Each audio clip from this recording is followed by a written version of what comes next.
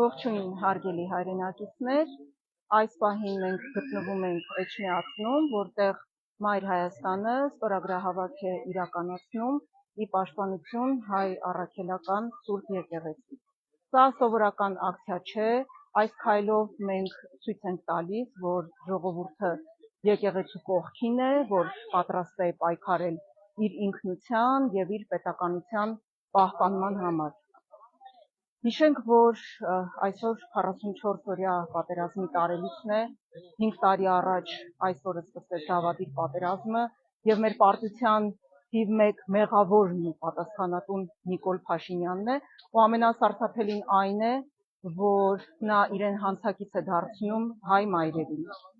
Հետևաբար այսօր առավել քան երբևէ մենք պարտավոր ենք ցույց տալ, որ մենք միասնական ենք, մենք պատրաստ ենք պայքարել մեր պետականության, մեր երկրի,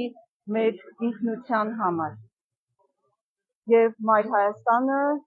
իր կողմից, իր ուժերի ներածին չափով պատրաստ է այդ ուղղությամբ ամեն ինչ անել եւ այսօրվա այս ստորագրահավաք ակցիան էլ հենց դրա վկայությունն է։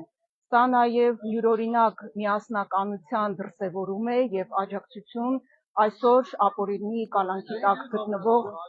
մեր սրբազաններին։ Մայր Հայաստանը իր ստորագրահավաքը իրականացնում է ինչպես փողոցում, այգիներում, այնպես էլ տնետուն